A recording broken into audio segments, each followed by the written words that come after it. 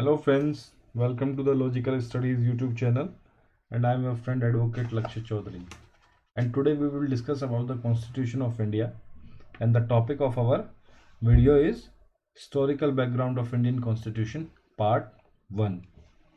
तो इस वीडियो को हम डिस्कस करने वाले हैं बेसिकली दो हेडिंग्स के अंदर. First heading will be company rule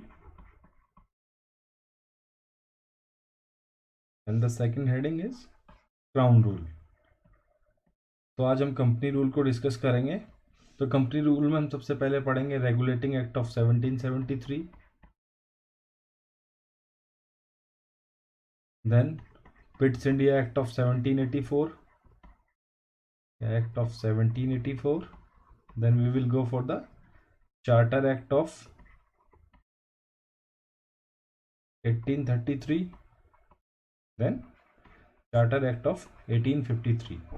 तो यहाँ पर हमारा पहला हेडिंग कंप्लीट हो जाएगा. उसके बाद we will move to the crown rule, और क्राउन रूल स्टार्ट होता है गवर्नमेंट ऑफ इंडिया एक्ट 1858 से, और ये ख़त्म होता है क्राउन रूल जाकर इंडियन इंडिपेंडेंस एक्ट 1947 पर. और इन दोनों के बीच में एक लंबी सीरीज एक्ट की जिसमें इंडियन काउंसिल एक्ट भी आता है, गवर्नमेंट ऑफ इंडिया एक्ट भी आता है, और फिर आपका Simon commission, Poona pact, communal award, और ये सारा का सारा हम कवर करेंगे historical background of Indian constitution में. तो चलिए शुरू करते हैं आज का video, historical background of Indian constitution part 1. So the company rule that is from 1773 to 1858. First one, regulating act of 1773. So first of all, my dear friend, law is all about common sense. So we will start it from why this word regulating is used here. Regulating act क्यों कहा गया है इसको? Basically regulate का मतलब होता है to govern और टू कंट्रोल. किसी चीज़ को गवर्न करना या किसी चीज़ को कंट्रोल में लेना, अपने नियंत्रण में लेना. तो we have next heading main provision of the act were. तो मेन प्रोविजंस पे जाने से पहले एक बार हम देखते हैं, डिस्कस करते हैं रेगुलेटिंग एक्ट ऑफ 1773 की ज़रूरत क्यों पड़ी. Basically this act was passed by the British parliament. इस एक्ट को ब्रिटिश पार्लियामेंट ने पास किया था to control the territories of East India company, to control the territories of East India company. जो ईस्ट इंडिया कंपनी की territories थी बंगाल में, उसको कंट्रोल करने के लिए रेगुलेटिंग एक्ट ऑफ 1773 को ब्रिटिश गवर्नमेंट ने, ब्रिटिश पार्लियामेंट ने इशू किया था. और इसको पास करने का एक मेजर रीजन ये भी था क्योंकि जो ब्रिटिश इंडिया गवर्नमेंट थी, तो ब्रिटेन में जो ब्रिटिश गवर्नमेंट थी उसको बड़ी कंप्लेंट मिल रही थी मिस गवर्नमेंट की इंडिया में, कि जो कंपनी वहाँ पर रूल कर रही है और उसका जो गवर्नमेंट है that is not act accordingly. और यहाँ पर सुशासन बिल्कुल ख़त्म हो चुका है और कंपनी बैंक्रप्सी के कगार पर पहुँच चुकी है. ईस्ट इंडिया कंपनी लगभग दिवालिया हो चुकी है. सो ब्रिटिश गवर्नमेंट को उसमें इंटरफेयर करना चाहिए ईस्ट इंडिया कंपनी के अफेयर्स में, और देखना चाहिए कि कैसे उसको दोबारा फिर पटरी पर लाया जा सके. तो ये सारी स्टोरी थी रेगुलेटिंग एक्ट ऑफ 1773 की. तो और भी जो हालात थे, जो ईस्ट इंडिया कंपनी थी जो बैंक्रप्सी के कगार पर पहुंच चुकी थी, तो ईस्ट इंडिया कंपनी ने ब्रिटिश गवर्नमेंट को कहा कि आप हमें 1 मिलियन पाउंड दे दीजिए क्योंकि हम लॉस में चल रहे हैं और बैंक्रप्सी के कगार पे हम दिवालिया होने वाले हैं. उसके अलावा जो कंपनी के एम्प्लॉयज़ थे उन पे करप्शन के चार्जेस लगे हुए थे, नेपोटिज्म के चार्जेस लगे हुए थे. ये भी ईस्ट इंडिया कंपनी में बहुत ज़्यादा करप्शन फैल चुका है, नेपोटिज्म फैल चुका है, भाई भतीजावाद वहाँ पे काफ़ी फैल चुका है. जो कंपनी के ऑफिशियल्स हैं अपनी मनमानी पोस्टिंग, वो लोग अपने फेवरेट जो उनके एम्प्लॉयज़ हैं उनको उनके मन की पोस्टिंग दे रहे हैं. और इसी दौरान बंगाल एक बहुत भयंकर अकाल से गुजरा था. बंगाल में बहुत भयंकर अकाल पड़ा था जिसमें लगभग लाखों लोग मारे जा चुके थे. तो कुल मिला के ये सारे रीजंस जब इकट्ठा हुए तो ब्रिटिश गवर्नमेंट को लगा कि हमें एक एक्ट पास करना चाहिए जो ईस्ट इंडिया कंपनी जो इंडिया में अभी काम कर रही है, ट्रेडिंग कर रही है, उसको रेगुलेट कर सके, उसको कंट्रोल कर सके, उसको गवर्न कर सके, इसलिए हमें एक ऐसा एक्ट चाहिए। इसलिए इसको रेगुलेटिंग एक्ट ऑफ 1773 कहा गया। रेगुलेटिंग इसलिए भी कहा गया क्योंकि this act permitted the company to retain its territorial possessions in India but sought to regulate the activities and the functioning of company. It did not take over power completely, hence called regulating. जो powers थी वो अभी company से नहीं ली गई थी। हालांकि British government ने इस एक्ट को पास करके इंटरफेयर किया ईस्ट इंडिया कंपनी की पावर्स में, लेकिन अभी भी पावर्स कंपनी के पास थी। पूरी तरीके से उसको नहीं लिया गया था ब्रिटिश गवर्नमेंट द्वारा उन पावर्स को, तो इसलिए इस एक्ट को रेगुलेटिंग कहा गया। Now main provision of the act were, it designated the governor of Bengal as the governor general of Bengal and created an executive council of 4 members to assist him, and the Warren Hasting was the first such governor general. So my dear friend, regulating act 1773 ने जो बंगाल के governor थे उनका designation change किया, उनको upgrade किया और उनको गवर्नर जनरल बना दिया गया।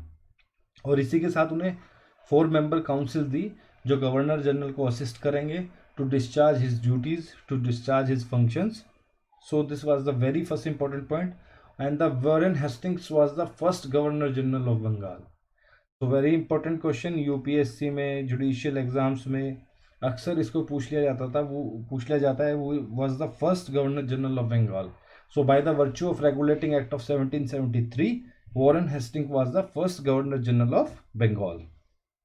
सो next point, it made the governor of Bombay and Madras presidency subordinate to the governor general of Bengal, unlike earlier when the 3 presidencies were independent of one another. So now this is also important point. तो जो बॉम्बे और मद्रास की presidency थी पहले, Bombay and Madras presidency और बंगाल, ये पहले independent काम करती थी।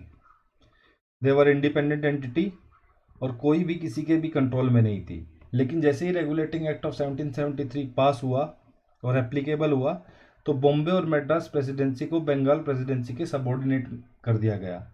अब इसका साफ साफ मतलब था कि बॉम्बे और मद्रास प्रेसिडेंसी अब डायरेक्ट कंट्रोल में होंगी बंगाल प्रेसिडेंसी के,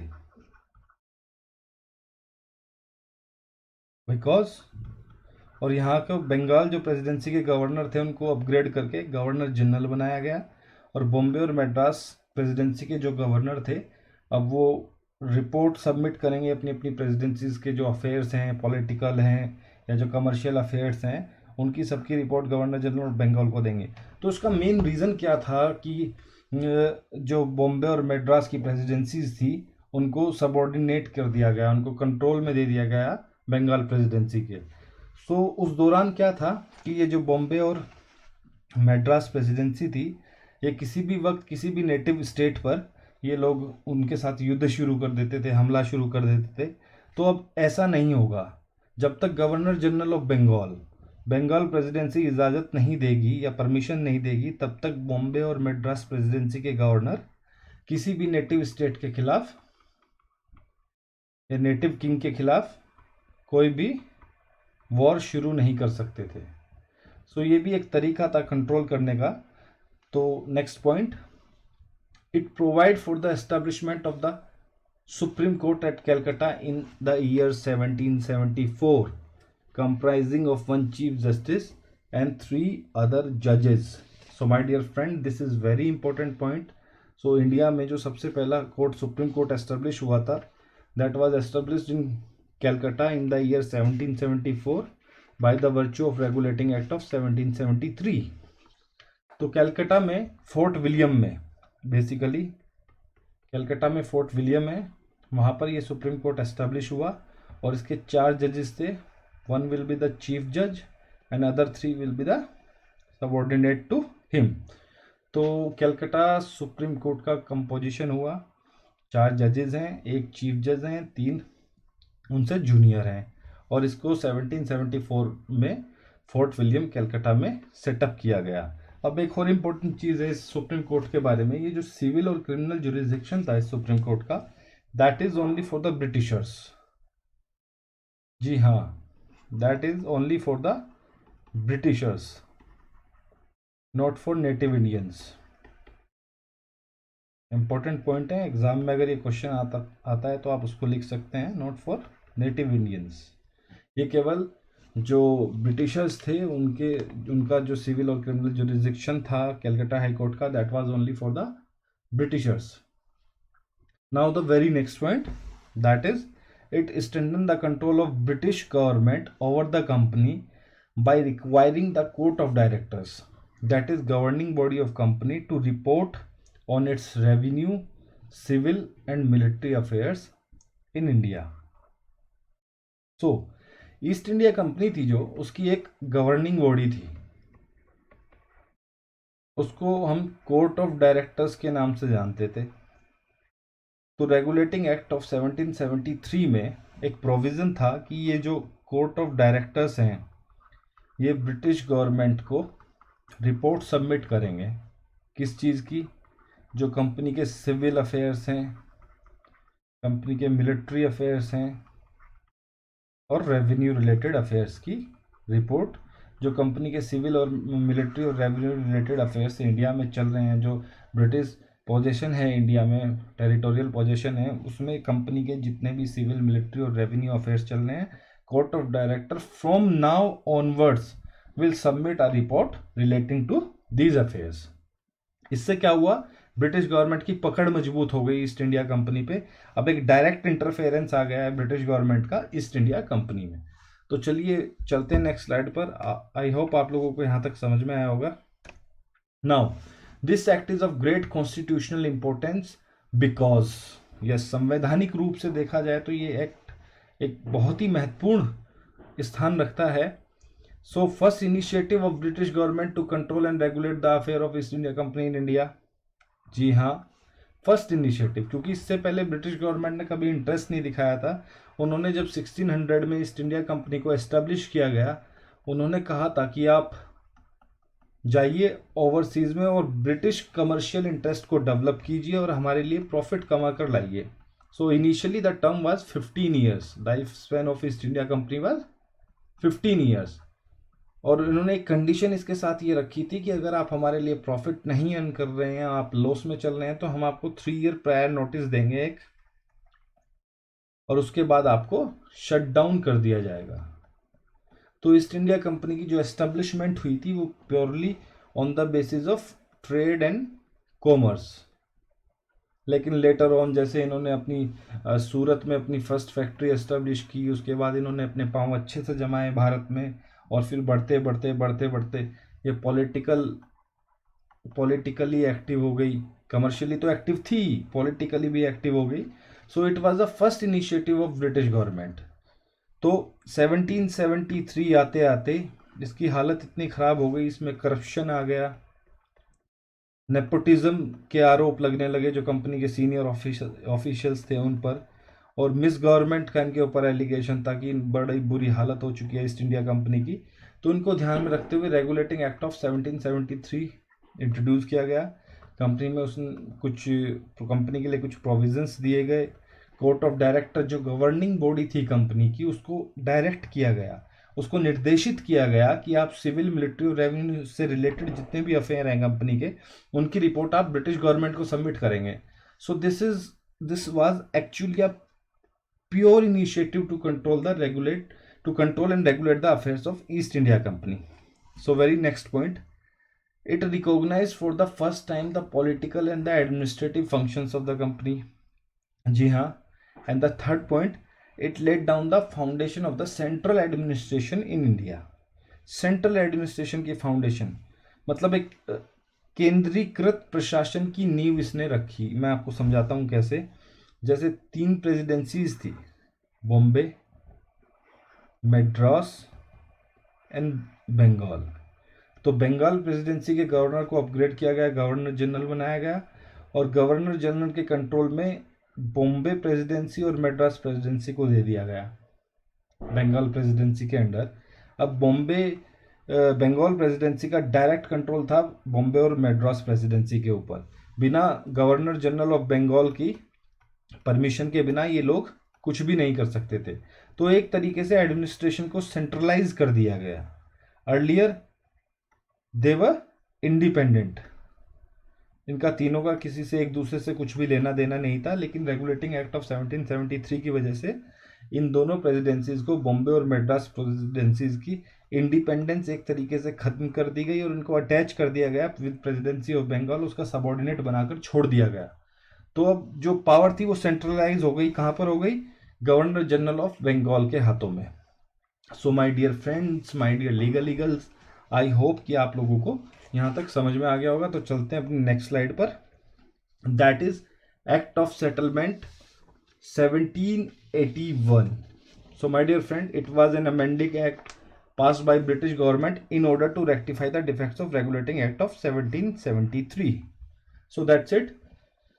So British government को regulating act था जो 1773 का, उसके डिफेक्ट्स दूर करने के लिए एक अमेंडिंग एक्ट पास करना पड़ा जिसका नाम है act of settlement, and that in the year of 1781. कोई नहीं, अगर आप एग्जाम में ये क्वेश्चन आ रहा है तो वन लाइनर इसका डाल सकते हैं, दैट इज 4 मार्क्स, और इससे ज़्यादा कुछ नहीं। चलिए चलते हैं नेक्स्ट स्लाइड पर। So Pitt's India act of 1784, and this act was introduced in the year of 1784 to rectify the errors और defects of regulating act of 1773. तो 1773 के रेगुलेटिंग एक्ट के डिफेक्ट्स को दूर करने के लिए पिट्स इंडिया एक्ट ऑफ 1784 को इंट्रोड्यूस किया गया। और इस एक्ट को हम पिट्स इंडिया एक्ट इसलिए कहते हैं क्योंकि the then prime minister of Britain was sir William Pitt the younger.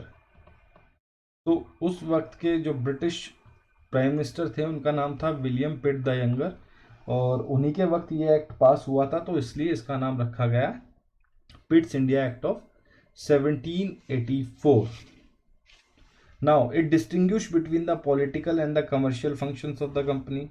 सो सबसे पहले जो पिट्स इंडिया एक्ट था 1784 का, इसने जो कंपनी के पॉलिटिकल और कमर्शियल फंक्शन को अलग कर दिया। कैसे अलग किया, चलिए देखते हैं। उसके राजनीतिक और व्यापारिक जो कार्य थे कंपनी के, उसको पिट्स इंडिया एक्ट ने बिल्कुल अलग कर दिया. It allowed the court of director to manage the commercial affairs but created a new body called Board of Control to manage the political affairs of the company. Thus it established a system of double government. तो जो political और commercial function distinguish किए गए थे company के, तो court of directors को तो जिम्मा दिया गया कमर्शियल फंक्शन का. जो कंपनी की गवर्निंग बॉडी है कोर्ट ऑफ डायरेक्टर्स, उसको कहा गया कि आज के बाद आप केवल कंपनी के कमर्शियल फंक्शन में ही इंटरेस्ट लेंगे और दूसरे किसी भी काम में आप इंटरफेयर नहीं करेंगे. That's it. उसके बाद एक नई बॉडी बनाई गई जिसका नाम था बोर्ड ऑफ कंट्रोल. और बोर्ड ऑफ कंट्रोल को कहा गया कि आप पॉलिटिकल अफेयर्स हैं जो कंपनी के, उन पर ध्यान देंगे और किसी चीज़ पर आप ध्यान नहीं देंगे. तो जो पॉलिटिकल अफेयर्स थे उसको अब बोर्ड ऑफ कंट्रोल देख रहा है और जो कमर्शियल अफेयर्स थे उसको कोर्ट ऑफ डायरेक्टर देख रहा है. इस तरीके से एक डबल गवर्नमेंट हो गया. एक्चुअली जो कोर्ट ऑफ डायरेक्टर था that was the representative of East India company, और जो बोर्ड ऑफ कंट्रोल था they were the representative of British government. तो अब ब्रिटिश गवर्नमेंट का जैसे ही ये बोर्ड ऑफ कंट्रोल एस्टेब्लिश हुआ, वैसे ही ब्रिटिश गवर्नमेंट का मोर देन 50% इंटरफेयर अब कंपनी में हो गया है और कंपनी की एक्टिविटीज में हो गया है. So it empowered the board of control to supervise and direct all operations of civil and the military government or revenues of British possession in India. So my dear friend, जैसे इस board of court को बनाया गया, तो जो court of director के पास permission थी, या जो कोर्ट ऑफ डायरेक्टर को रेगुलेटिंग एक्ट ऑफ 1773 में डायरेक्ट किया गया था कि आप ब्रिटिश पोजेशन है जो इंडिया में, उसमें जो सिविल, मिलिट्री और रेवेन्यू रिलेटेड अफेयर्स हैं ईस्ट इंडिया कंपनी के, उसकी रिपोर्ट आप ब्रिटिश गवर्नमेंट को दोगे. लेकिन पिट्स इंडिया एक्ट ऑफ 1784 में ये एक प्रोविज़न बना दिया गया कि board of control he supervise करेगा और उससे रिलेटेड जितने भी डिसीजंस हैं या डायरेक्शन है वो बोर्ड ऑफ कंट्रोल ही देगा। सिविल, मिलिट्री और रेवेन्यू रिलेटेड जितने भी अफेयर्स हैं कंपनी के उसको बोर्ड ऑफ कंट्रोल देखेगा। और कोर्ट ऑफ डायरेक्टर से उसको ले लिया और कोर्ट ऑफ डायरेक्टर को कहा कि आप केवल कमर्शियल फंक्शंस ही कंपनी के देखेंगे। So this act was very useful for two main reasons. By the virtue of this act, for the very first time the territories of East India company came to be known as British possessions in India. तो पहली बार पिट्स India act 1784 में ये word use हुआ था जिसका नाम था British possession in India. जितनी भी ब्रिटिश के सेटलमेंट है जहाँ जहाँ पे ब्रिटिश ईस्ट इंडिया कंपनी का कब्जा था, लाइक सूरत जहाँ जहाँ उनकी फैक्ट्री थी, उन सबको जहाँ जहाँ ब्रिटिशर्स की कॉलोनीज थी उन सबको नाम दिया गया British possession in India. Now British government was having complete control over the companies affairs and it administration in India. तो बेसिकली यहाँ पर दो चीज़ हैं। अब पिट्स इंडिया एक्ट ऑफ 1784 के इंट्रोड्यूस हो जाने के बाद जो ब्रिटिश गवर्नमेंट थी उसका कंप्लीट कंट्रोल हो गया था कंपनीज के अफेयर पर, क्योंकि उसने जो बोर्ड ऑफ कंट्रोल बनाया था सिविल, मिलिट्री और रेवेन्यू अफेयर्स को देखने के लिए। और उसके साथ साथ जो ब्रिटिश पोजीशन थे इंडिया में, जो ब्रिटिश टेरिटरी थी और जो सेटलमेंट्स और फैक्ट्री थी ब्रिटिशर्स की, वहाँ के एडमिनिस्ट्रेशन पे अब डायरेक्ट ब्रिटिश गवर्नमेंट का होल्ड हो गया था। तो इस तरीके से पिट्स इंडिया एक्ट ने ब्रिटिश पोजीशन है जितनी इंडिया की उन सब पे कंपनी ब्रिटिश गवर्नमेंट का होल्ड सेटअप किया और कंपनी का जो अफेयर्स थे उन सब पे ब्रिटिश गवर्नमेंट को एक अच्छा खासा कंट्रोल प्रोवाइड करवाया। So let's move to the next slide and that is all about thank you. So my dear friends, my dear legal eagles, thank you so much for watching this video. अगर आपको हमसे contact करना है तो आप Telegram पर हमारा channel है द लॉजिकल स्टडीज़, इसको फॉलो कर सकते हैं। Instagram once again the logical studies और जीमेल पर thelogicalstudies@gmail.com। और कमेंट सेक्शन में बताइए आपको और किस टॉपिक के ऊपर वीडियो चाहिए या कुछ डेवलप कर सकते हैं हम मिलकर। कुछ आपका कोई डाउट है या आपका कोई क्वेश्चन है या आपको PDF नोट्स चाहिए या कोई हेल्प चाहिए अपने एग्ज़ाम से रिलेटेड या अपने कोर्स से रिलेटेड, तो आप हमें कांटेक्ट कर सकते हैं टेलीग्राम, इंस्टाग्राम और जीमेल के माध्यम से। So thank you so much once again. Please share and subscribe this video. This is your friend Advocate Lakshya Chaudhary signing off for the day. Thank you so much. Bye.